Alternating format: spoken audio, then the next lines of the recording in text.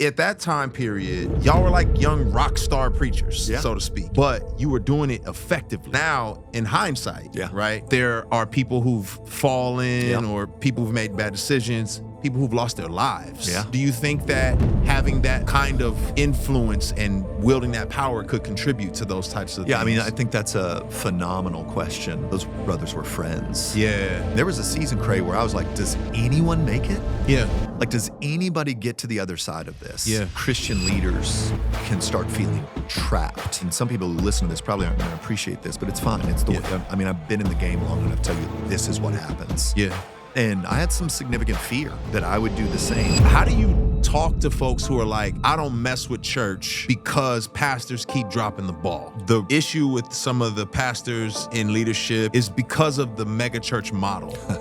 And I think there are some unique opportunities for the enemy to work in a model like that. But I don't know if I want to say that those opportunities aren't at the smaller church. When you said it's not about blue check celebrity Christians, that triggered me a little bit, because why do you think it is difficult for Christian leaders, pastors, to walk in that type of vulnerability? Well, I think... This is The Deep End with Lecrae.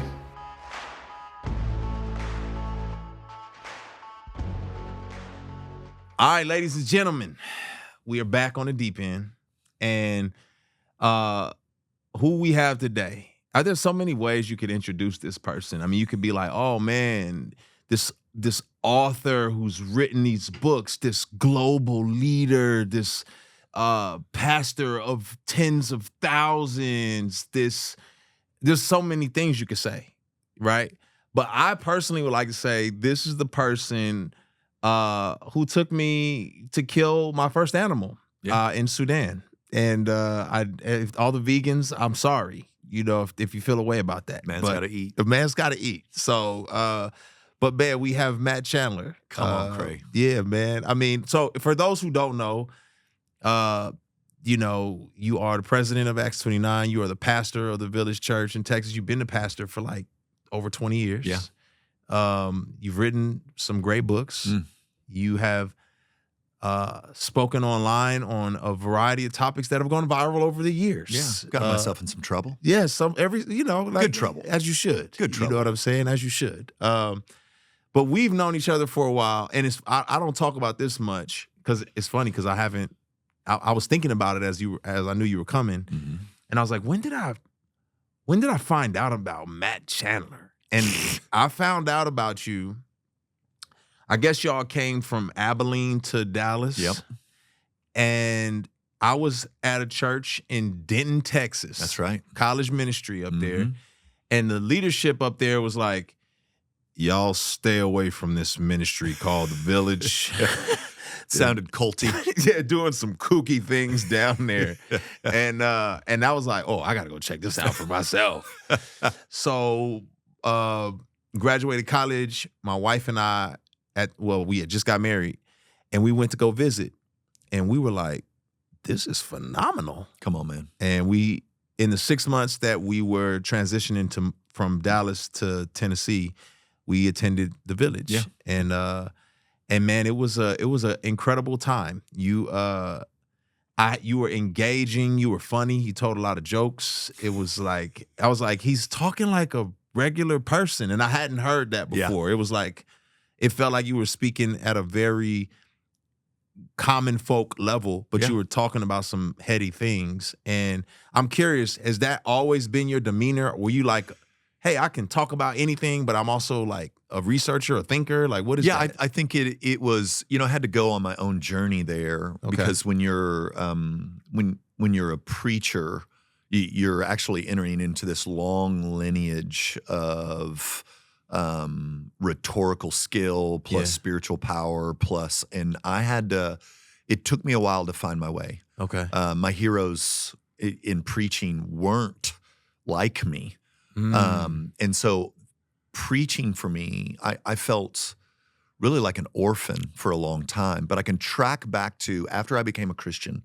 I was living outside of Houston, down by Galveston Bay, and on 105.7, AM radio, from 9 to 10. Chuck Swindoll was on from 9 to 9:30. Yeah. And Dr. Tony Evans was on from 9:30 to 10. Oh yeah. Some goats. And Goat then talk. what I think what I was picking up in that moment was both men's commitment to the text. Yeah. And then more so Evans's ability to weave illustrations in that helped me as a new Christian understand it. And so for me, even in preparation now, like I'll preach the last chapter of Jonah this coming Friday. Like even as I was working on that sermon yesterday, I could see some things because of my education and my 30 years of following with Jesus. Yeah. That the wrestle in putting the sermon together was, how can I help someone understand this that doesn't have my 30 years in the game now? Yeah. How can I? And so that, it kind of just comes up out of how I am. I think I'm a simple man.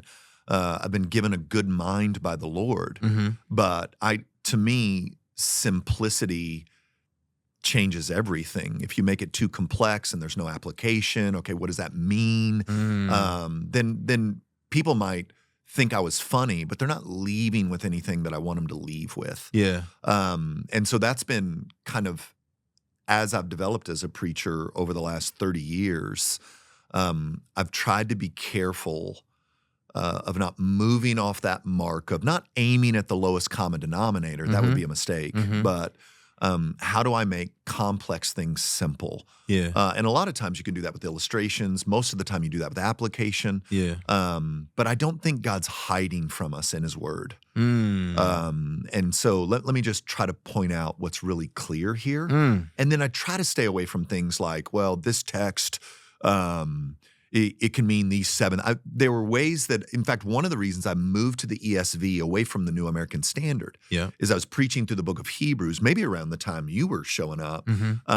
And so often the NAS was so close to the Greek that I was having to stop and go, let me tell you what's going on here. And then it felt like I was undermining people's understanding of reading the Bible and understanding it. So the more I have to say, this is what's going on in the Greek, the more I'm telling people who can't read or handle Greek, you couldn't understand this without me. And so I want to shrink back from that. Plus, nobody cares. Nobody cares what this Greek word means. Maybe some... You feel good about it. In the Greek, it means... Yeah, let me tell you how smart I am. Isn't the win for my 45, 50 minutes on the stage. Yeah. That's interesting. I wonder, do you know, because at that time period, and I don't even know if, I mean, there were like a group of y'all were like young rock star preachers, so to speak. You know, it was like just a handful of these communicators. Some of y'all are in cities like Seattle or St. Louis or just random places, but you're in the Bible Belt. And so you're talking the same talk that someone in New York or Seattle or LA is talking in the Bible Belt. And I felt like it was gaining attention because it was like, whoa, you're shaking stuff up. But you also weren't following the status quo of like just those kind of, you know, rigid. Was that intentional or was that just your natural? Well, I think there was a move of God in that day. Okay. That was, I think, pretty special. And the Lord was moving his church, I would argue contextually, for the day that we're in. Okay. And I got, by the grace of God, to be one of those pioneers. What's funny is the conversation I was having with some of those guys back then is some of those guys were in New York, some guys were in Seattle, other guys like St. Louis. The question was, who has a more difficult job?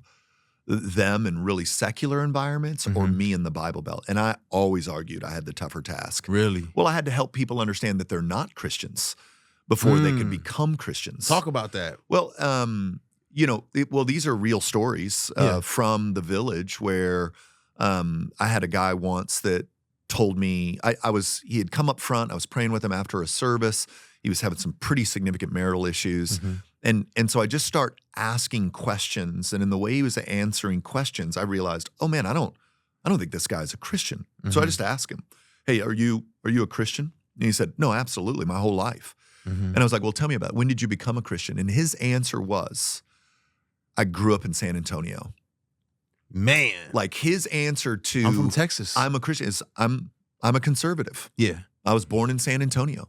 My parents went to church. Yeah. And so then I'm asking follow-up questions, right? Of well, did you talk to me about, was there a moment or was it over a period of time? And he's like, no, I was born a Christian. I've always been a Christian. Never, not an hour of my life where I had been a Christian. I came out the womb loving Jesus. And then, so I'm like, oh my gosh, this is an issue. And there were all these baptism testimonies of these 20-something young men and women who would get in our waters and they would testify that they grew up in church, that they that they had been baptized when they were young, oftentimes because mom and dad, with a lot of well-meaning desire for their children, would frame it like, do you want to come to heaven with mom and dad, or do you want to go to hell forever? Well, I know a lot of 7-year-olds. I don't know a lot of 7-year-olds who are going to go, give me hell forever. Right. And so there wasn't really a personal encounter with the Lord that led to them surrendering as much as they could understand it as a 7 or 8-year-old. I mean, gosh, Lauren got saved, my wife, at 7. And she's just had an ever-increasing growth in her love for Jesus. Even though I'm not trying to make it sound like her life has been all up and to the right. She married me. There's some valleys in there. But they would get in the water and talk about leaving the church, usually because they ran out of gas. Yeah. They just ran out of gas on it, man. They just couldn't be good enough. They kept struggling. And they were in an environment where it wasn't okay to not be okay. And this is that old school fundamentalism, right? Yeah. And then they had come to the village. They had heard the grace of God. They had had an encounter with Jesus. And now they were saying yes to Jesus, all of life for all of life. Yeah. And so I was taking all this stuff in and I'm like, oh my gosh, everybody thinks they're a Christian here. But that doesn't mean for them they have a personal relationship with Jesus. That doesn't mean for them that they have any intention of submitting to his lordship in their life, in any area of their life. It just means that there's a Bible verse in their bio. Yeah. It just means that they occasionally come to church. And most often, it means they're a moral conservative. But it doesn't mean they love the Lord. And so I just decided I'm going to just start chipping away at that. And those waves of God's really special grace on the Village Church has come when I've pressed against that. Now, what's interesting is I don't think it's the same here in 2024. I don't think that, residue of, everybody's a Christian, I'm a Christian, of course I'm a Christian, is as prevalent as it was back in 22 years ago. Yeah, for sure. I wonder too, I mean, it's interesting that you were pushing up against something completely different, but you were doing it effectively, right? Yeah. Like God was using you tremendously in that capacity. It was happening with the church planning network that you were part of in multiple different cities. Yeah, absolutely it was. And, for me, I can't speak for everybody else. For me, it felt like the Detroit Pistons of the 90s or something. It was like the bad boys of, Protestantism. And it was like, oh, I love this. It was like it was like a little obnoxious, but certainly, but like aggressive, but it was calling men to be men. And it was like this thing where a lot of people just flocked toward it and said, oh, I want to be a part of this. I need to be a part of this. And I grew tremendously because of that church planning network. I mean, in some senses, I was recruited and I was like, yo, bro, I'm not trying to be a pastor. Yeah. I promise you, I'm not trying to be a pastor. You know what I'm saying? I appreciate it, but I'm not. For you in that season, because now in hindsight, right, there are people who've fallen or people who've made bad decisions, people who've lost their lives. Yeah. Is that just the natural propensity of humanity, or do you think that having that kind of influence and wielding that power could contribute to those types of things? Yeah, I mean, I think that's a phenomenal question. I've given a ton of thought to this because this, for some people, the guys that you're referencing are podcasts but those brothers were friends. Yeah, that's good. And so I kind of think about that season maybe differently than others.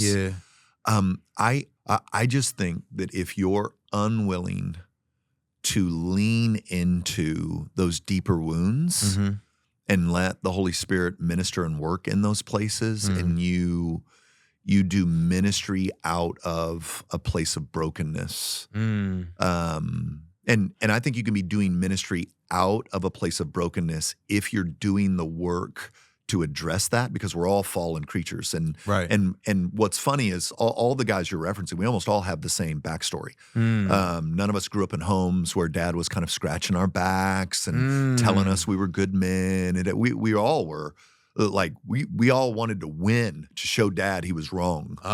And to prove something to the world. Yeah. I mean, we brought that's where that swagger was coming from. Okay, yeah. And where guys were able to deal with that, they've made it through. And where guys didn't, well, it kind of blew up in their faces in all sorts of different terrible ways.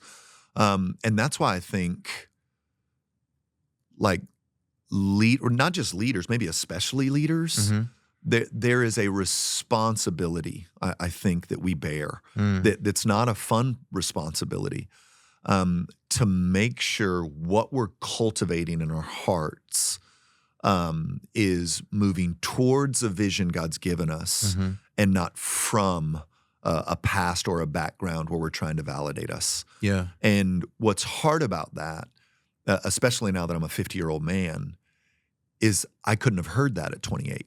I wouldn't be able to hear it. Like if some older, wiser man would have pulled me aside and said, hey, now listen, here's some things I'm seeing that I'm concerned about. Yeah. Well, I'm sure it happened. But what I was seeing at the time is thousands of people come to know Jesus. I was watching people get set free from addiction. I mean, the TVC was grimy in those early years, man. We found a guy in our bathroom with a heroin needle in his arm. And we found, I mean, it was wildness. And Jesus was, I mean, so I'm part of this like nonstop, running 1,000,000 miles an hour. Yeah. Tons of people coming to know Jesus. And so are my friends. Yeah. And we're like caught up in something. That's what it felt like. And so I don't think I needed to get punched in the mouth a couple of times by the Holy Spirit. I needed it to, here's the language I would use. I needed it to stop working. And then by not working, I mean not like we're not growing, we're not seeing people come to know Jesus, God inflexing. Yeah. I needed it to stop scratching that itch of brokenness in me. And that's what happened to me when I was probably late 30s, early 40s. Yeah. I started feeling thin and easily agitated and frustrated. And it just wasn't working. I don't know how, I don't have better language than that. Like it wasn't tied to any number. It wasn't tied to sex. It wasn't tied to money. It wasn't tied to, I just was angsty, unsatisfied, frustrated at everything. And by the grace of God, I had seen enough guys step on landmines that I thought, I mean, there was a season, Cray, where I was like, does anyone make it? Yeah. Like, does anybody get to the other side of this? Yeah. And I had some significant fear that I would do the same. And I was nervous about bringing reproach on the name of Jesus. And so in that season, another good friend stepped on a landmine. And I was like, I'm finding help. Wow. I don't know if this thing, and I had this moment where I'm in my office with a guy, and he is, I mean, tears and snot, just a really hard situation. Yeah. And this man is like falling to pieces in my office. And I caught myself thinking in my head, I need to connect him to recovery. I need to get him with Jason Holloman. I need to get him over here. Like, I'm not in the room at all, bro. I am not mourning with those who mourn. I am not rejoicing with those who rejoice. I'm running a play. Yeah. And then I'm like, Lord, I don't want to be this guy. I want to be the guy that's heartbroken with him. Yeah. Because I think that's what you would be. That's who you would be. Absolutely. And so that sent me on a journey of getting some help. Yeah. I needed someone who could help me navigate the places in my heart I was unfamiliar with. Yeah. And so I went to an intensive and got some help and and then reworked kind of how I was doing my closest friend group and just to create some more accountability, create some things that I felt like I needed more than I had. Why do you think, as you're talking about that, because I've stepped on like 7 landmines. Oh yeah, me too. But why do you think? And this is interesting to me as you're talking about a lot of this. I never considered that maybe I wouldn't have listened to someone older, wiser during that season of my life when everything was just working. Mm-hmm. But as I've gotten older and I've become more broken, I'm comfortable being vulnerable. Yeah. I'm comfortable owning my mistakes and owning where I fell short. Why do you think it is difficult for Christian leaders, pastors to walk in that type of vulnerability? Yeah. Well, I think that Christian leaders can start feeling trapped. Mm-hmm.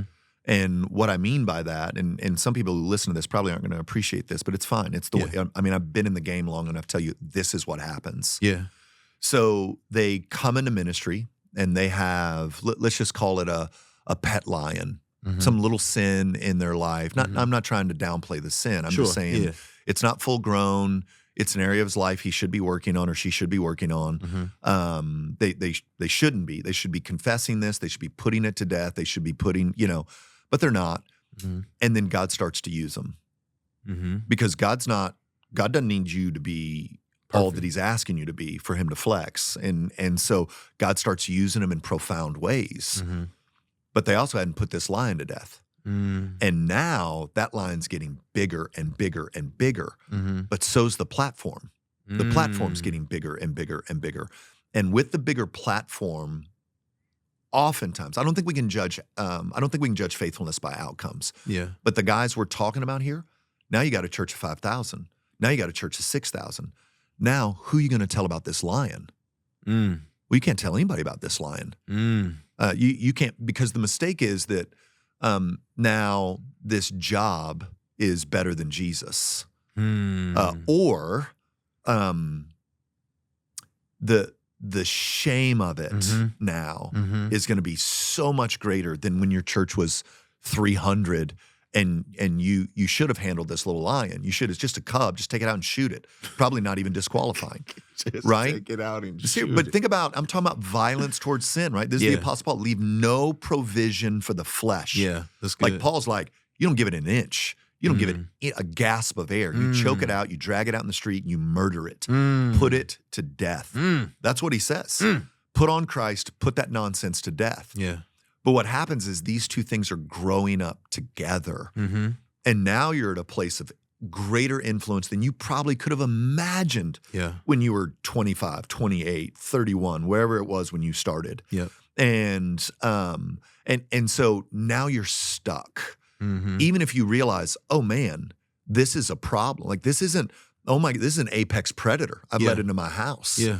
And the shame and pain I'll bring upon my wife and children, or the fruitfulness that I'm seeing, or the disappointment in those, well, I'll call them Joabs that are around me. Joab's David's guys like, what hill we taking? Yeah. Who you want me to fight? Who we fighting today? Yeah.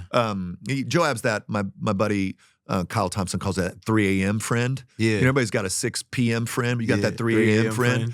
Yeah. He's Joab's your 3 a.m. fan. I mean, you're going to disappoint them. You're going to destroy this church or this ministry that God's built. You're going to defame the name of Jesus.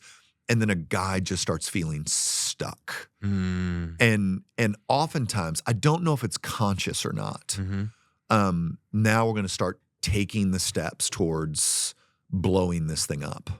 And so whether that's been financial or another woman or being ridiculously heavy-handed on people. And I would even want to be careful with that. It's a tough time to be a leader. Yeah. Where, there are going to be all sorts of things that you're accused of that actually might just be leadership. Right. And so then now you're going to blow this thing up because you can't get out of it. And it doesn't make sense because all the shame and killing and it's on the blow up side too. So that's why I don't think it's prefrontal cortex stuff. Yeah. I just think a guy's looking for a way out. And doesn't know how to do it. That's good. But they grew up together. That's been my experience with the guys that I've known that have blown their lives up. Hey, you are you are speaking. I know this. Yeah. You know what I mean? It's very interesting. I'm just curious from your vantage point, because I know what it's like to be a leader, not a pastor, and to blow something up as a leader is one thing, but like there's not people waiting on me every Sunday for me to show up and be consistent. In the season that we're in, there's a lot of skepticism as far as Christianity is concerned, because of pastors, right? Because of pastors dropping the ball. I would say being human, but obviously, you know, there's a thought process of they're more than human, or they at least should have some kind of superhuman structures around them to protect them from their own humanity. But how do you talk to folks who are like, I don't mess with church because pastors keep dropping the ball? Sure. Like, what do you say to folks like that? Yeah, well, one, I think it's immediately hypocritical in that they're not choosing any other aspect of their life by that standard. Talk about that. Okay. Well, I just think if you, if you're looking at sports and this coach does you dirty and moves from here to here, you don't give up on the sport. If you show up at the gym and somebody's on the machine you wanted, and you ask how many more reps, and they pop off and say something ridiculous, you don't go, screw that, I'm not working out anymore. I can't believe these people in the gym. Gym people are the most hypocrite. I mean, just no one does that. And even the whole, I don't want to take away from the fact that there are toxic, terrible churches out there. Sure. Now that's really interesting. You know what else is interesting? Is ad-free content. Like not having this interview interrupted by ads. And that's what I believe you want. The way that happens is by you subscribing to BSIDE, where you will get seamless ad-free content, and you'll be able to enjoy this interview along with tons of others without any interruptions. Most churches are filled with people who are on a various spot on the spectrum of sanctification. So oftentimes, the person that hurt you at a church, they're not the church. They're just a brother or sister that's finding their way. And if you knew their backstory, they might be so far from what they used to be, but you're finding them in this moment of their story. And so I think so much of it is refusing to be gracious to other people. It's Jonah. I want justice for everybody else, but mercy for me. Yeah. That's what it reeks at. And I'm not talking about abuse. I'm not talking about that stuff. Sure. That's a whole nother level of evil. Most of the stuff I'm hearing is not that stuff, though. It's just like, that's people. People are like that. Right. And Christians are being made different. They're not necessarily different in this moment. They're creatures of their moment in time in history who are being made more like Jesus over an extended period of time. And sanctification isn't up and to the right. It's more like a coil along a horizontal plane, which means every Christian I know has regrettable days. Even guys that have been following Jesus for 35 years, they have weak moments. They have regrettable days. They say things that they wish they could take back. That's everyone. That's good. And then when it comes to fallen pastors, I would just say we are talking about such a small group of the overall pool. I mean, there are thousands and thousands of pastors who are faithfully shepherding and walking alongside their people right now. And when you pick these 8 over the last 2-3 years because of their following or because of the size of their church, and you try to lay that tiny sample size across the breadth of Jesus's bride, and I'm just speaking of the Western world. I feel like it's unfair. It doesn't matter that it's unfair, but it's most of the guys I know. I posted about this on Instagram a while back. The guys I know who are faithful are so nervous of being accused of not being faithful right now. They feel paralyzed. So I'm having to constantly go, don't play down to the cynic. The cynic's going to be the cynic. If you live your life by the judgment of the cynic, you'll never attempt anything for the kingdom of God. That's good. And so you can't do that. You've got to lead. You got to lead with conviction. You got to lead with humility. But if you're always worried that someone's going to accuse you of being controlling, Mm-hmm. you're never going to do anything. Mm. If you're always living under the fear that someone might accuse you of being heavy-handed, Yeah. then I don't know how you're going to lead. Yeah. And so walk in humility, walk in accountability, and then lead with conviction, because that's what people follow, convictional leadership. Yeah. Not fearful, I hope nobody calls me something mean online. Yeah. And it's honestly, I'm saying that tongue in cheek, but it's actually more serious than that right now. You don't need to be guilty. You just have to be accused. That's true. That's true. And you're out of there. And yeah. You're out of there. I wonder, with you specifically, I've seen historically, I take you to be a very nuanced person. Try to be. Right. Like Where I can be. Well, as a human being, maybe not as a communicator all the time, but as a human Yeah. being, I'm like, oh, you do a little bit of this, you're doing Brazilian jiu-jitsu, you go to Sudan, it's all these different things. You have these perspectives on these things. That's you as a human being, as a person. Yeah. But is it difficult to flex that nuance when you have people who have expectations on a regular basis? So, case in point, you had some very, very like profound and strong opinions about what happened with George Floyd. Yeah. But at the same time, you have a congregation of people who could vehemently disagree with you. Yeah.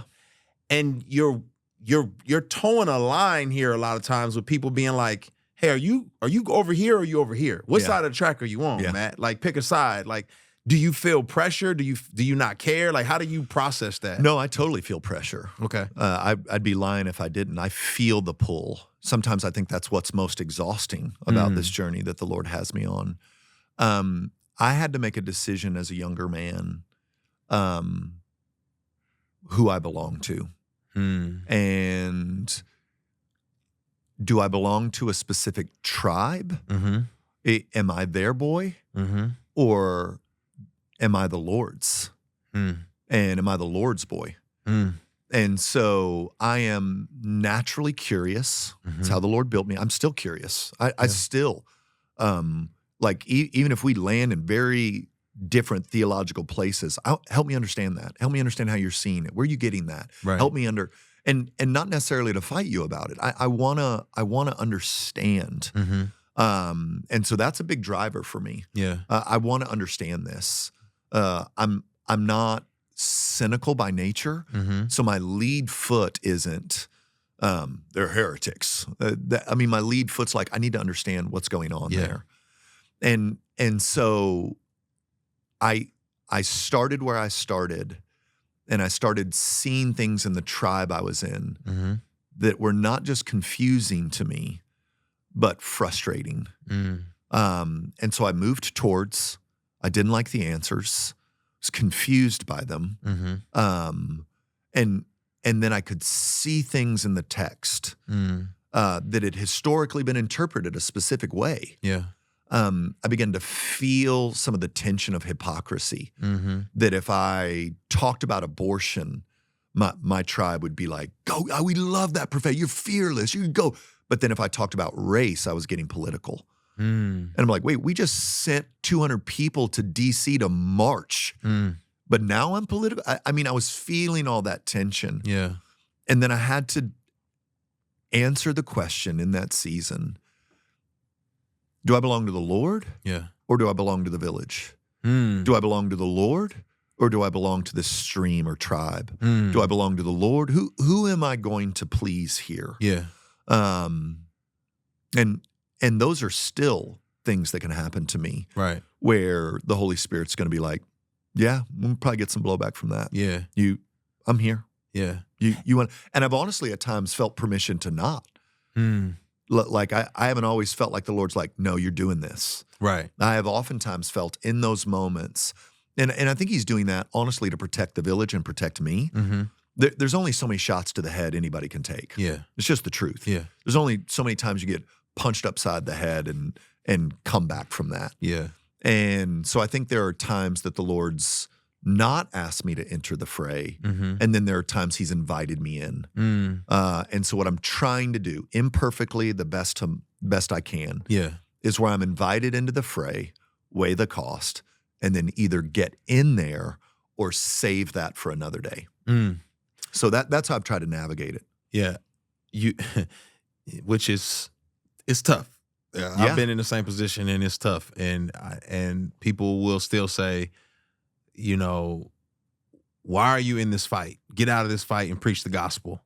And I love something that you said, because you're right. I don't get in every fight. No. You know, I don't. There's some fights. It's all we do. Yeah, exactly. It's like, you know, you're not gonna see me saying save the whales. I'm not gonna get in that fight. There may be legitimate reasons for it. Yeah. That's not my fight. I don't, you know, but you said something, and I thought it was very potent. And you said, oftentimes, you know, people are just saying, well, you just need to preach the gospel, you know, and it's like, but you don't tell that to sex traffickers. You don't say, hey, go preach the gospel and that'll stop sex trafficking. You know, you take action. Yeah.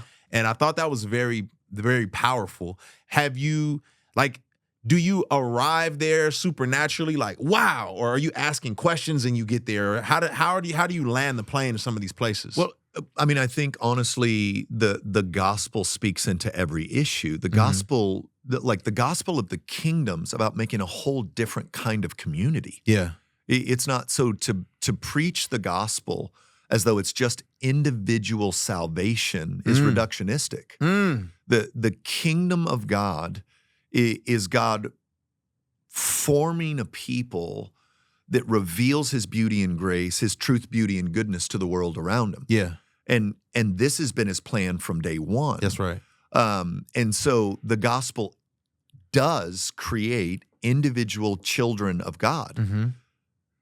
But it also creates a community that's meant to operate a specific way. Yeah. So the argument, just preach the gospel on really any of those subjects, I'm just like, this is the gospel. The gospel creates this kind of community. The gospel saves people into the family of God who are now ordered by family law. Yeah. This stuff's family law. You're talking good. It doesn't save, but the saved are moving in this direction, which is why Paul rebuked Peter when he downshifted back into his racism and said, this is out of step with what? The gospel. This is out of step with the gospel. He doesn't mean Peter's personal salvation. Yeah. He means the kingdom of God making its way through the ancient world. Yeah. And so again, I think it's an easy straw man argument that happens all the time. I was just on a podcast with a guy out he's in Seattle now, he's in San Francisco, former NFL player, and we were talking about taking care of the body. And man, it popped up there. It was like, I didn't know Matt Chandler didn't preach the gospel anymore. And I was like, well, this is an implication of the kind of community God's building, not, nobody's going to get saved by spinach and sleep, some Pilates, going for a walk. But God cares about our physical health. Right. He does care about our physical health and stewarding our bodies towards the good work of his kingdom. Yeah. And so that's, I mean, I hate that little phrase. It just shows how we've reduced the gospel to this single moment of conversion rather than the gospel being for all of life, for all of life. That's good. Your book, The Overcomers. Yes, sir. Okay, so you've written a couple books already. Why are you writing this book? Why another book? Why this one? Yeah, I just think I'm trying to speak into this moment we find ourselves in that's filled with anxiety or outrage. Yeah. Sometimes a mingling of both. Somebody needs to think of a new emotion, which is anxious rage, maybe. Maybe that'll be my next book. But I was seeing, especially after all the turmoil of 2021, even in the church I pastor, I was seeing a pulling back from the mission of God as it lays in front of us. And this was playing itself out across evangelicalism in either acquiescence to the culture or silence. And I wanted to call people into the victory of King Jesus. Yeah. Like it is my adamant belief that this is our moment in history. Yeah. Like we're God's big plan for this moment. Like nobody's coming to bail us out of this thing. And what's happened in this moment? You're talking about post-COVID, All of it. Like, I'm okay. saying the train wreck that we find ourselves in culturally, right? Politically, Yeah. economically, Yep. religiously. I mean, name a domain. Okay. Train wreck. Okay. So what this does, if you're not careful and you're a Christian, is it will create anxiety. I don't want to be labeled as a bigot. I don't want to be. I don't want to be misunderstood. I don't want my faith to be misunderstood. So let me acquiesce, give in. Yeah. Become more progressive, if you will, or let me just watch these 8 seasons of Suits on Netflix. Sheesh. Let me just doom scroll, and let me go to church and keep reading my Bible. But sit this one out, and let's leave this fight to the Lecraes and Matt Chandlers of the world, and we'll just. But that's not how the kingdom of God spread across the world. It hadn't spread through blue check celebrity Christians, although God's used those. Yeah. The gospel has grown to 2.38 billion Christians worldwide through the everyday faithfulness of ordinary Christians working in a domain of society, living in a neighborhood of a town or city, and doing so faithfully, being gospel heralds and gospel inviters. Yeah. And I wanted to just say, hey guys, this is our moment. Like C.S. Lewis isn't about to come bail us out with some clever narratives. G.K. Chesterton isn't going to show up and critique the current political climate. Wow. It's our moment, and don't sleep on it. Wow. And so I got the phrase "the overcomers" from the book of Revelation. So when Jesus is writing to John writing Jesus's words to the 7 churches of Asia Minor. Yeah. At the end of each letter, he says, "And to he who overcomes, I will give. To he who overcomes, I will give. To he who overcomes, I will give."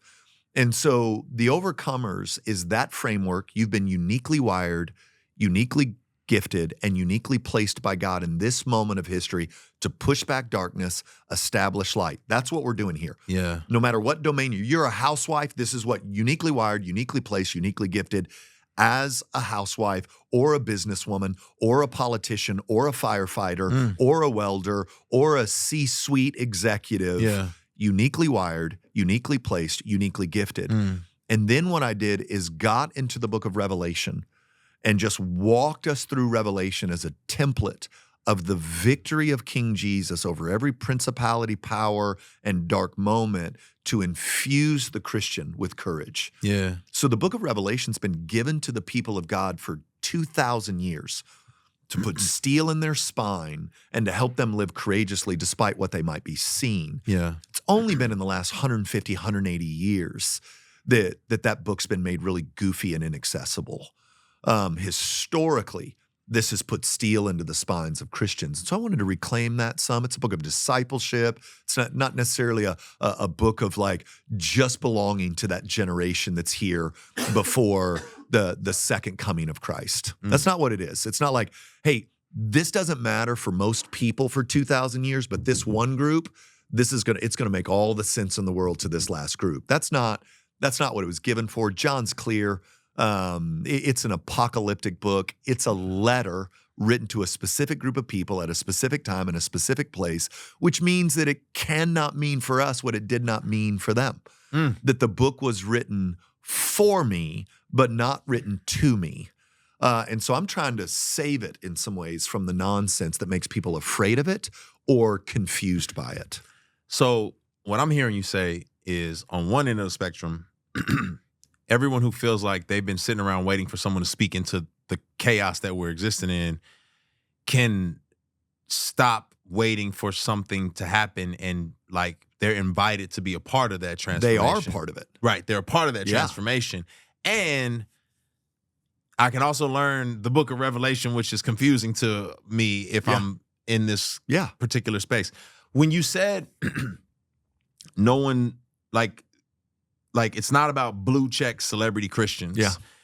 That triggered me a little bit because I remember a time period, probably around 2016, where there was a search for who's gonna be the leader now. Yeah. You know, like it was like I think there was this there's always been like this Christian figurehead, Yeah. like there's a Billy Graham or somebody, Yeah. and there was like this search, and everyone was trying to figure out who's gonna rise to the occasion. Yeah. And I guess no one ever did. Yeah. You know what I mean? I mean, maybe Keller, starting in Sure, 16, for became sure. the kind of pope, Yeah, for sure. the It was- Protestant pope. I can see that. Yeah, Keller's But I know what you're saying. Keller's You're a right. class Yeah. of his own. But in terms of like just being that figurehead that sweeps across, the globe and is like, this is Yeah. the person who we come to for perspective. Yeah. You're saying, in fact, we collectively need to move forward. Well, I think what I'm saying is that the everyday man or woman in the pews or in the neighborhood or in the workplace has to own the mission and can't just give it to these high-profile, extroverted, charismatic, That's good. anointed people. Yeah. Like I've got a platform God's given me to steward, and I shouldn't shrink back from that. I should Yeah. embrace it and own it and steward it the best of my ability. Yeah. But that's not how the kingdom of God ultimately breaks loose in a place. Yeah. It's when the housewife or the businessman Yeah. or the C-suite executive or the politician or the welder or the trash guy Yeah. starts to own the mission That's where good. he is, not be afraid of the darkness, and begin to push it back Yeah. and establish light and be the hands and feet of Jesus where they are. Mm-hmm. So I'm advocating, instead of a come and see approach, let me take you to this Lecrae show. Let me take you to church, hear Matt Chandler preach. Yeah. I'm advocating for a prayer walking your neighborhood, opening up your dinner table, praying with people in the workspace, taking a stand that might cost you, knowing that your reward will be better, and living that kind of life rather than one of silence or doom scrolling, Yeah. feeling paralyzed, Yeah. or acquiescence to the culture. That's good.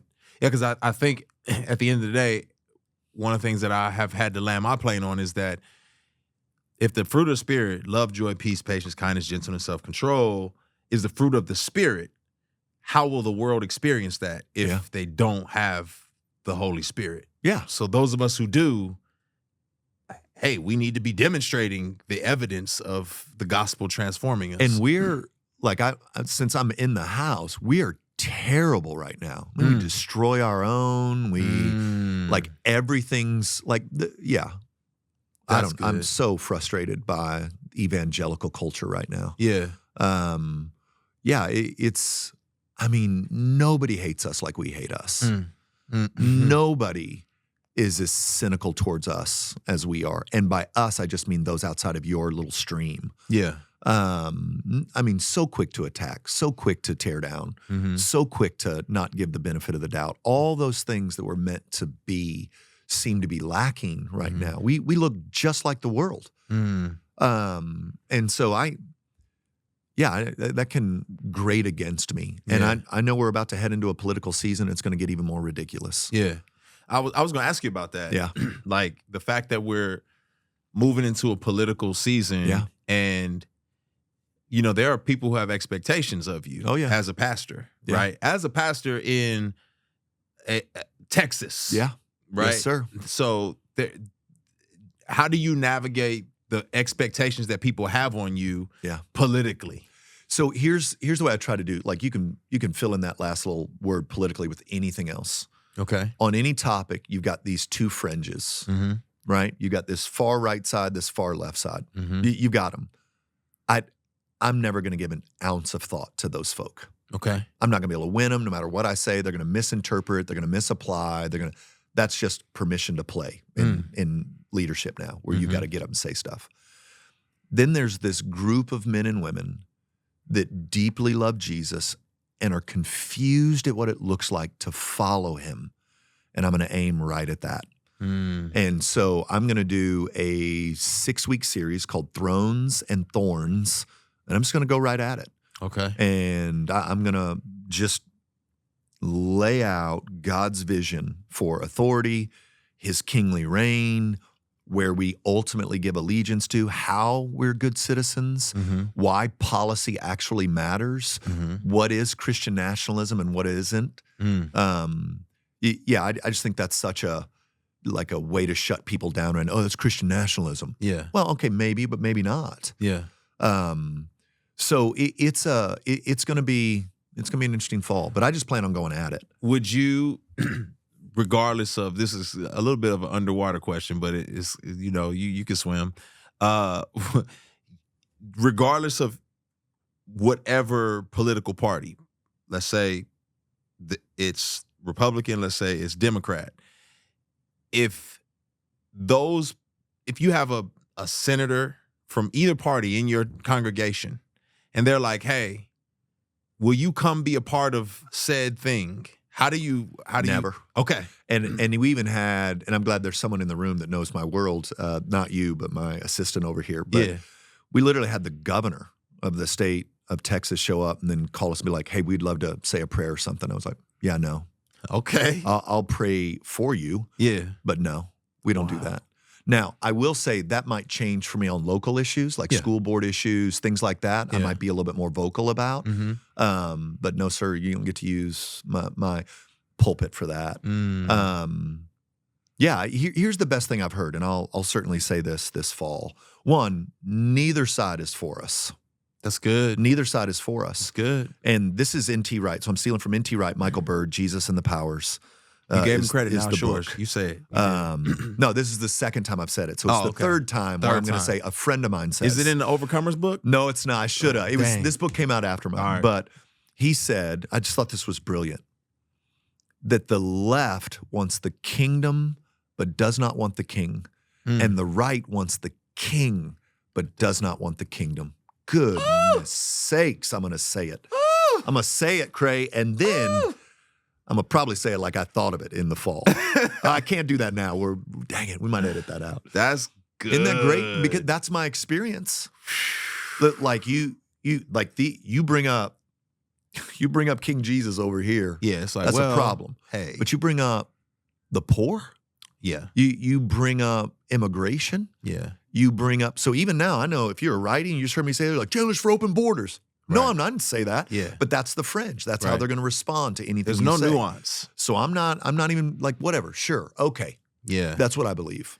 And I'm going to let the crickets chirp. That's very interesting because as you say that, I have never considered pressure. I know the pressure of being a black man in a racial climate that people thought was political, right? Like it's you got to be political, and the pressure of people saying there's no possible way there's anything good about the right. Yeah. And it's like if I would to even acknowledge anything over here, it's as if I have disregarded everything that is happening in this racially charged climate. So I know that pressure from the left side. I never thought about it from the right side. I never thought about people being like, hey, Matt, you know what I mean? You got like if I mention race or immigration, those are going to be the two places that almost immediately I can feel the room change temperatures. That's crazy. I don't know if I would disappoint people so much. I wouldn't want your job. That's what I'm saying.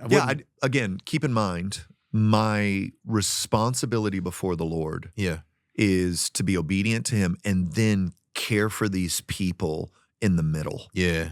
So good. I've spent enough time on these fringes to know this isn't rational. Yeah. It's not reasonable. It's probably spiritual, and nothing I say is heard, even if I'm giving the qualifying statement of I don't believe this. Yeah. Then the way they hear it is he believes this. Yeah. And so why spend the limited amount of energy I have there? Yeah. So I'm going to aim at the people that love Jesus, love his word, want to be faithful, not sure what it looks like, hate both options, don't know what to do, feel compelled to take advantage of their civic right purchased by the blood of others to participate in this democratic republic. Yeah. How do we do it? What do we do? And I'm going to try to go at that this fall. That's good. I think that what I appreciate about you in all the wisdom that you have and all of the insight is the level of transparency and vulnerability as well. You don't wave this banner of I have it all together. Look at me, your chest puffed up. Gosh. I mean, you do the Brazilian jiu-jitsu. You're still in shape. Depending on what belt you are. Okay, well, white belt time I flex, unless you wrestled in college or your ears are all bent down. Then a lot of respect shown to the white guy with cauliflower ears.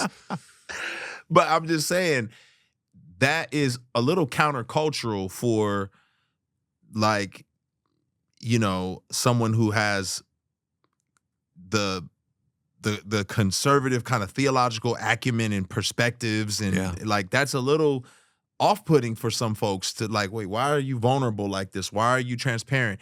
And I won't even say it's not even a conservative or liberal thing. I think it's more so just like American Christian culture in a lot of ways says you should have it together. Yeah. And you've taken your hits on the chin. Sure. You've owned your shortcomings and your failures. Tried. Do you feel like you in some, like, people are not very gracious when you do those types of things, right? Like, do you feel like there's a sense of like is there a season where it's like, oh, I got to prove that I'm consistent or I'm legit? Or here's what I've learned now. 23 years in the game, 30 years overall, 23 at the Village. There's a group of people out there, and they love me, man. I mean, it don't matter what I do. Like, there could be a video came at me clubbing a baby seal, and they would be like, what'd that seal do to Pastor Matt before they shot that? I need to see the pre-video. Okay. And then there's a group of people over here, and they hate me. Yeah. For whatever reason. I'm the problem with evangelicalism, right? White, megachurch, suburban. He's in it for money and power. No matter what I do, that's the lens. Yeah. Right? Neither of them know me. It's good. Neither of them know me. It's good. They don't know me. They don't know the rest. I can't take my cues from either one of them. I can't. If I'm your guy, man, you've been in my ears for 20 years, bro. Jesus, praise God. You don't know me. And if you think I'm the problem and I'm in this for money and power and fame, and then you do not know me. Yeah. And so I've learned, a good friend of mine told me that if I was going to survive in this game, I needed what he called a king's table. He was referencing King David, and he said David had these seats around his table that when they were full, he thrived. And when he lost one, it all came crumbling down. So he said every leader needs a Joab. By the way, Joab's the easiest chair to fill if you're a leader. Joab's the who we fighting today, boss. Right? We talked about that earlier. Like, which hill we taking? Where we fighting? I'm in. You need a Nathan. You need an older man. It's like, hey, you're being stupid. And then you need a Jonathan, a lover of your soul. And this guy, he didn't care about your gifts. He didn't care about your reach. He didn't care about, the Lord's just knit his heart to yours and yours to him. And I was told if I'll cultivate that, I'll feel safe all the days of my life. That's good. And I have worked really hard, maybe especially the last decade, to cultivate that where I am fully known by a king's table. I mean, those guys, they get my tax returns. Come on, man. I don't got no secrets, man. Why? And I can rest in that in a way that I would never find rest if I'm believing what these people say about me or trying to prove these people wrong. That's good, man. And so I've got a crew that I run with. Most of them have been with me for a long time. Josh Patterson, 20 years. Mesa King, 15 years. Trevor Joy, 15 years. Nick's a newer guy to that table, but just a complete stud. Became fast family. Yeah. Those are my guys, man. That's good. I don't, you could bring up anything about me, any story from my life, and they could tell you. They know me. Yeah. And I'm going to take my cues from them because they have rebuked me. Yeah. They have moved towards me and gone, we see a gap. We see a gap here. We love you, Matt. We see a gap. Not Pastor Matt, not Pastor Matt. See a gap. Good.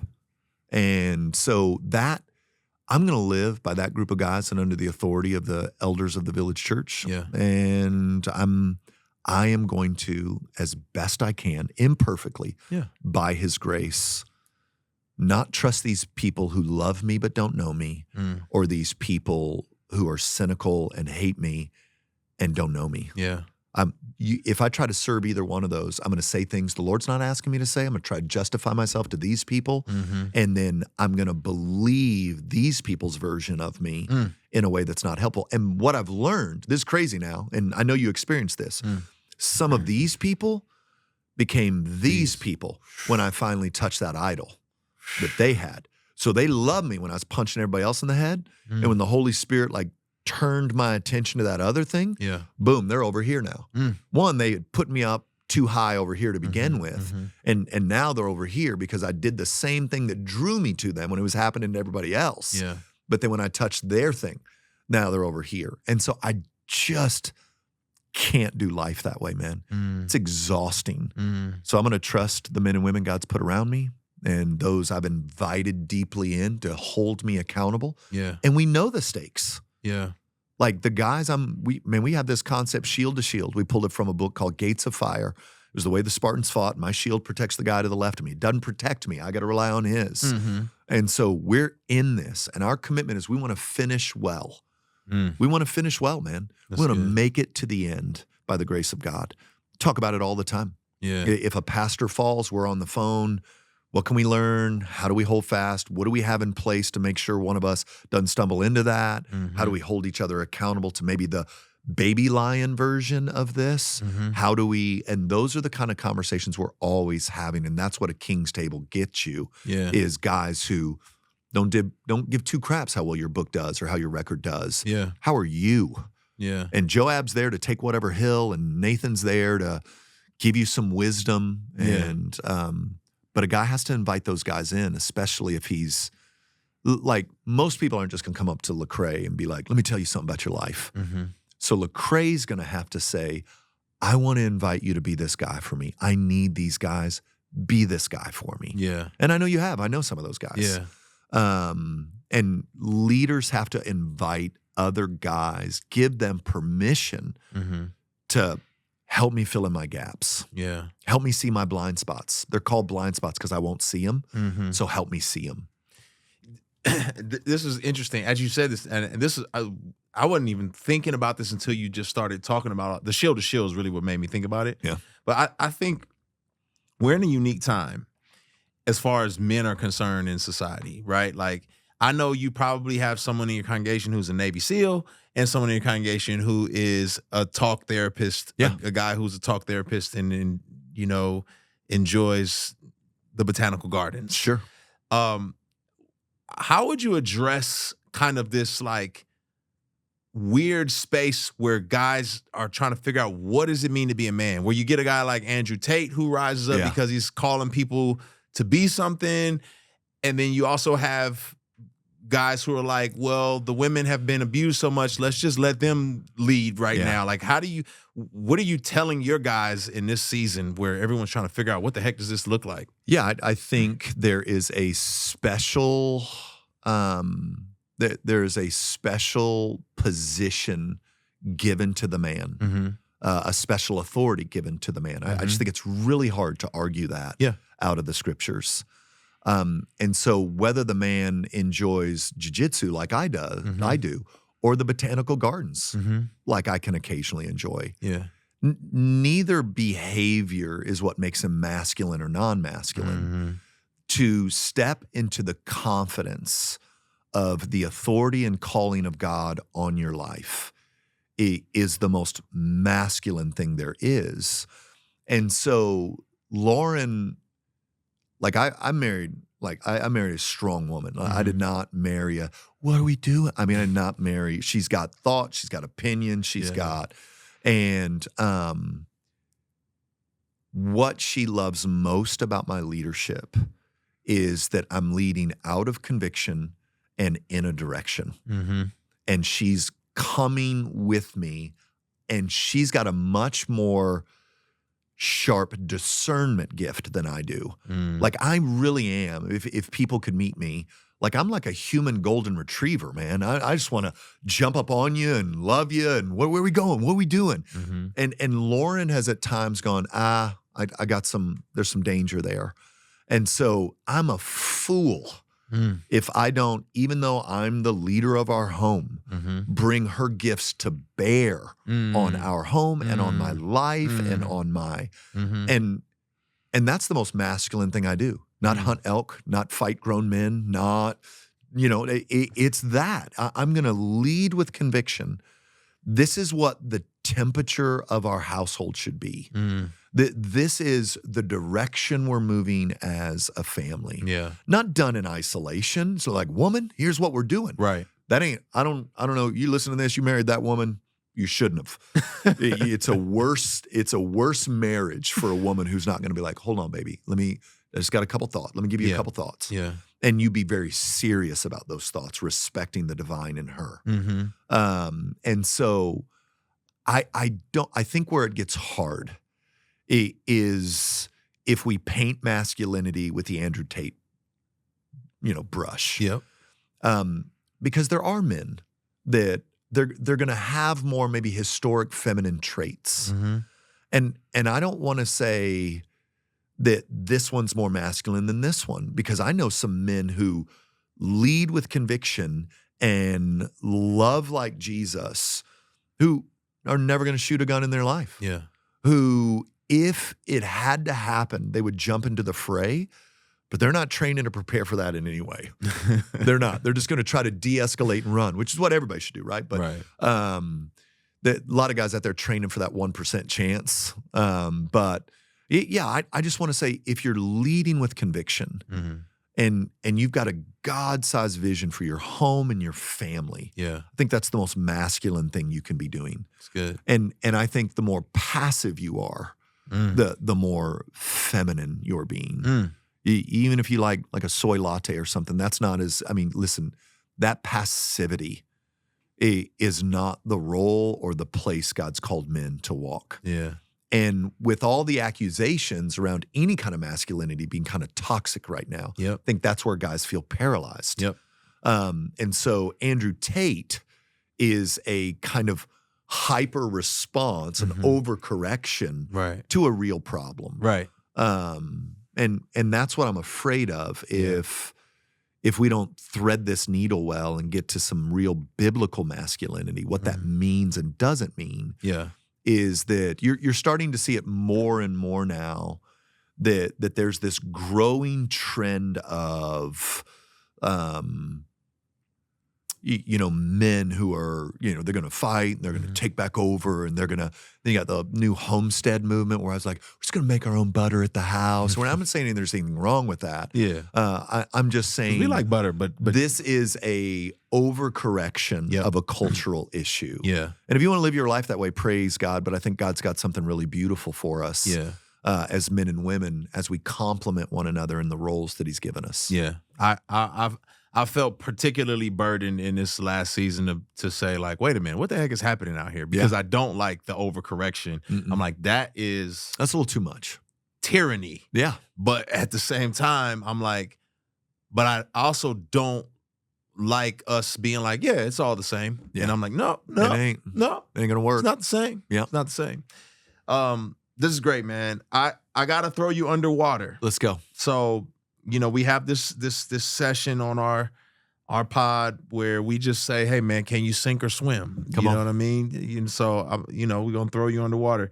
Some people would say, like, the issue with some of the pastors in leadership and some of the poor leadership or what have you is because of the megachurch model.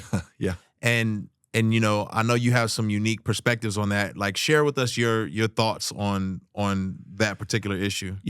I think there's what's been interesting to me is for the last 20 years, I've been reading about how the megachurch is over, how it's going to die, how it's going to go away, and there's just absolutely no data to support that. I think megachurches have unique dangers. But the reason why people tie these massive falls to these mega churches is these are the guys that are, it's probably happening all the time and maybe even more in churches of 100 or 120, 130. But that doesn't have the following, and it's certainly isn't going to get the clicks online as one of these well-known guys does. And so I think that's it. But I do think there's some unique dangers in a church that size with that amount of money and that amount. I don't think there's anything wrong with it. I just think you have to go in knowing there's some unique dangers to it. Yeah. And so yeah, I don't think the megachurch model breeds those who fall from grace. I think there are some unique opportunities for the enemy to work in a model like that. But I don't know if I want to say that those opportunities aren't at the smaller church. Yeah. Well, I think the enemy's going to go after guys in leadership wherever they are. I just think the megachurch guy is going to have a lot more money on the table. He's going to have a lot more, let's call it quote unquote fame, because Christian famous ain't famous. And I've been around famous, it's and different. Christian famous ain't famous. I understand exactly. You what know better mean. than I. You know better than I do. Because man, and so there are some temptations that are going to be there that will still be in the guy's heart, if we're honest, whose church is running 200. Yeah. But the explosion, media explosion, online explosion of this brother is going to be 10 times, 100-fold what this brother is, unless this thing's so heinous that it works out another way. I hadn't thought about that, but as you mentioned that, I know a guy who was a pastor of maybe 400 people, and he was arrested on solicitation and prostitution. Yeah, and it didn't make the news. No. I mean, it did on the very back page of wherever they put that in the newspaper. Right. If anybody reads newspapers. Yeah. Yeah. But then on the flip side, you got somebody who is suspected of something. Yeah. But he's got 10,000 members. All over. It's going to be everywhere. It's everywhere. Yep. It's like the court of opinion has already won. He's not even. Yep.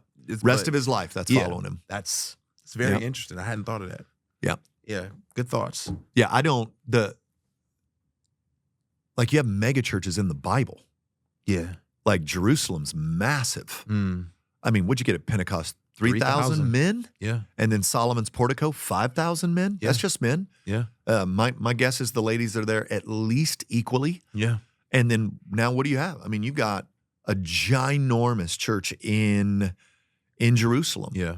And until the book shifts in Acts 13 to Antioch, this is how God's working through this massive church in Jerusalem. Yeah. Guys are going out from there, they're coming into there, and it's not until Acts 13 we shift to Antioch that now Antioch becomes the hub of Paul's missionary journeys and the story of the gospel penetrating the ancient world. That's good. And so I don't know how mega churches aren't the problem. Yeah. They actually do a tremendous amount of good. Like the ones I know that are involved at high levels in social issues. They have schools. Yeah. They do profound work among the poor, overseas.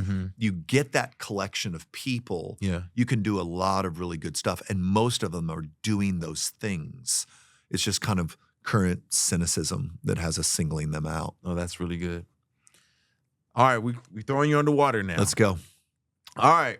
So I got a few questions here, and I just want to, will you sink or swim? I don't know. We're about to find out. Yeah, we're going to see. All right. So first one off the top is, what do you do in your free time that would surprise people? BJJ, I think that's surprising to some, but maybe not others. Yeah. But so I think the two things that replenish my soul. Okay. Let me talk about it like that. All right. I love to do jiu-jitsu, which that's newer, 2.5 years now I've been training. And then, man, I love a good stalk hunt. Okay. I don't want to get in a blind. Yeah. I want to earn it. Really? And so I want it to be awful until it's over. Okay. And then it'll be awesome. So Wow. got my first bull elk this past year, hiked up into the mountains, got to knock one of those down, went for a couple of years, never saw one, finally got on one this year. It was amazing and awful. Wow. Awful to go up there and get him, awful to quarter him and pack him out, I gotta go I've hunting. been with eating you. good, bro. We gotta make that I've happen. never gone hunting. Well, I went once. Did you go with AT? Yes. Yeah, I was about and to say, I sat in a your tree boy AT. forever and That ain't the nothing way to do happened. it. That ain't the way to do it. Nothing happened. You got to go earn it, man. The one time I attempted to kill an animal was when I was with you in Sudan, and the knife was too dull, and it was abuse at that point. Wasn't my knife. Yeah. Wasn't my knife for the Bema seat. My knife's sharp. Okay. Yeah. Yeah, and they wanted to honor us with that goat. That's what I'm saying, man. That was a rough one. It was rough. But I definitely got to go with you one point. We'll make that happen. Ever been. I mean, we probably won't, but it's fun to talk about what it'd be like. No, we're gonna do it. We're gonna make it man. happen. Oh, let's do it. I'm gonna For loop in real. AT. I've never We'll done find a it. spot. Yeah, All right. I've never done Can it you before. shoot though? I Yeah, can't can put you. shoot a gun. I don't want you to. Let me tell you something, like man. gut some Let me tell you poor something. animal. After the pandemic, I thought the purge was coming. Okay, I was at gun practice on a regular basis. I was at the range. Like the purge is coming. I'm being prepared for this. Okay, all right. What would you say? Like, I mean, obviously, over 20 some years in ministry. Yeah. What do you look back on and say, man, I wish I would have done this different?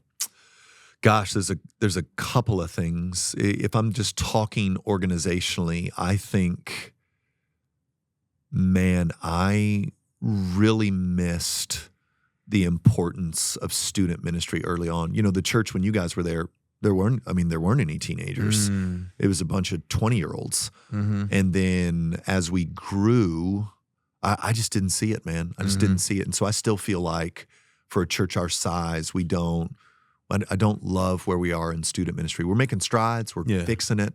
But I look back and wonder about the missed opportunity of kids that we could have really pointed towards the Lord. And, so I think about that oftentimes. I think I knew when I came into the village, I knew more about what I didn't want to be than what I wanted to be. Mm-hmm. So I'd looked at other places and it wasn't going to be like that. But I didn't have this vision that God had given me that was pulling me forward. Yeah. And that made me make some mistakes and build some things in place that to this day I regret. So That's good. Wildest thing that you've encountered on a mission trip? Demonic activity? I don't know, but just you're out there and you're like, what the heck?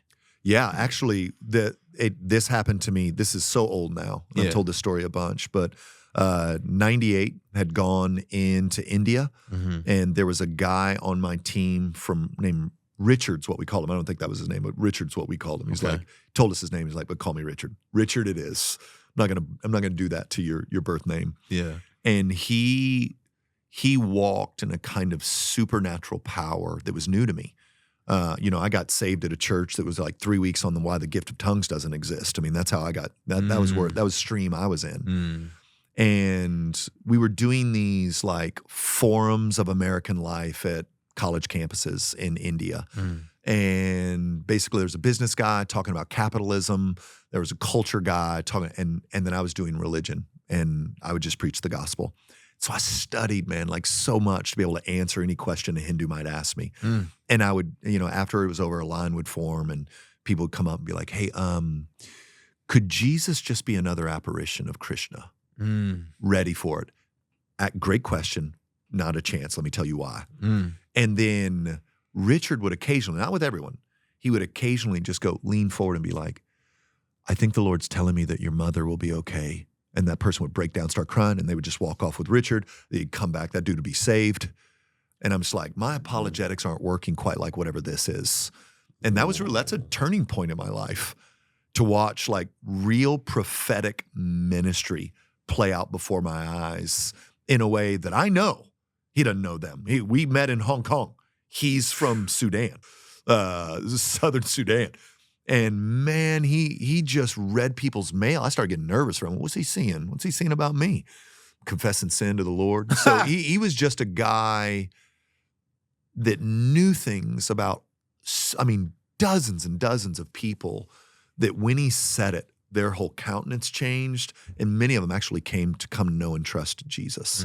I wish I had a cooler story of like death to life, or he like resurrected somebody from the grave or something like that. But that was, I think for me, I mean, that just rocked a theological assumption I had because of where I was saved and how I'd been discipled. Yeah. Because that wasn't demonic. And that wasn't like placing someone in the crowd. That wasn't. And people got saved. And it sent me kind of in a bit of a tailspin theologically. What do I do with this? Wow. And all I had seen is kind of the crazy stuff online. I hadn't seen it work like that. That's crazy. And so yeah, that's at 98 in India. That's pretty wild. I heard you preach a lot of sermons. And some of them you said you had to stop telling jokes so much because you're like, wait, maybe I'm being too much of a comedian and I want to make sure the message is clear. But do you have in your mind like the worst sermon you've ever preached? Do you feel like, oh, I know this one? Oh my gosh. Was terrible. Yeah, no, not really. I mean, I've got massive mistakes that I've made and things I've said from stage that I didn't think I'd recover from or the crowd would recover from. But but here's what I learned about that. There are times where I thought it was the worst sermon ever, and the Lord used it beyond my imagination. And then there are times, Craig, I thought I was killing it. Home run. Nope. Nope. So I haven't. There's audio that a former staff member got. He didn't get fired because of this. He's just literally working at another church now. But he found my first sermon ever. First of all, I sound like I'm Matthew McConaughey or something. I had some sort of Southern, I don't know how I grew out of that, but bro, and it's pretty terrible. Yeah. It's pretty terrible. Yikes. But what's funny about that sermon is I remember preaching it and it was power. I mean, the Holy Spirit worked in a crazy way that night. It was one of those kind of many little things the Lord did to kind of turn me in the direction that I'm in now. But I'll show you a video clip of something that'll never be public after we get off this. Okay. I got to see that. This is my last one. Honestly, I probably know your answer, but I'm just curious for people out there. Like, you're in a season now of,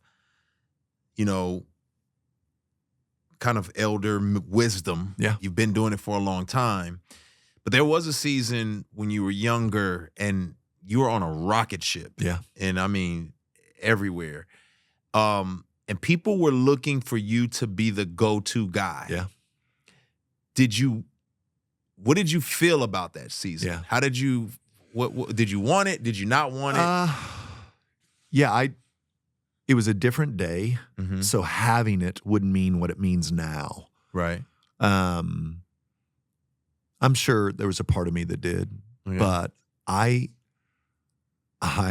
wanted to coach my kids' teams. I wanted to be home, man. I wanted to not miss it. Yeah. I mean, my oldest is married now. My son just graduated high school, and sweet Nora's 15 going into her sophomore year. And man, I just didn't, this is where, even as a younger man, I was able to hear that this stuff will always be here, but my kids might not necessarily always be here.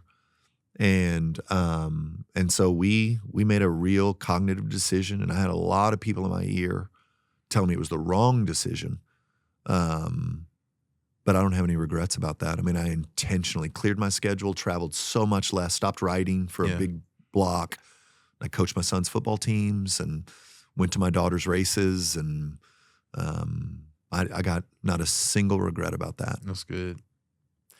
Man, listen, we appreciate your candor, your voice, Overcomer. Come on, the book. I hope it's helpful. Yeah, make sure people go support. I'm excited to check that out. As a matter of fact, and I don't read books that much. You people can think listen, Doc. I've read it. It's the only book I've ever written that I read. Okay, I read it. All right. Yeah, I mean, I will like listen to some books. Yeah, but they have to be highly recommended because I'm like, listen, my attention span. Listen, Ecclesiastes says it, bro. Yeah. To the end of reading is wearying. I mean, it's just so many books to read. It's just wearying. Man. But what you have said, I think, is very necessary for the season that we're in as a society. I think so, especially going into the fall. Yeah. So I'm excited for that. I'm excited for that. But outside of that, man, thank you. Thank you for the years of consistency. Thank you for being just a human. Come You on. know what I'm saying? Like a legit, like transparent, vulnerable. I ain't got all together, but I got what I got. You Day got at a time. You know what I'm Trying. saying? Yes, So, sir. And the only negative thing I would have to say is that if the hunting doesn't happen, yeah, I mean, you're a liar. So, Well, I'm just saying, I think I'm the one that said, probably not ever going to happen. And you're like, no, we won't make it happen. So when I send you some dates and you shoot them down, okay, because you're on a world tour That's or something, true. then I'll be like, Cray, nah, who's the liar now, baby? You're right. You're right. No, I want to do it, man. I need to shoot something. It'll be great. Thank you, man. Come on. Appreciate you, bro. Love you, bro. Always good to be with you. You too, man. Come on. Love.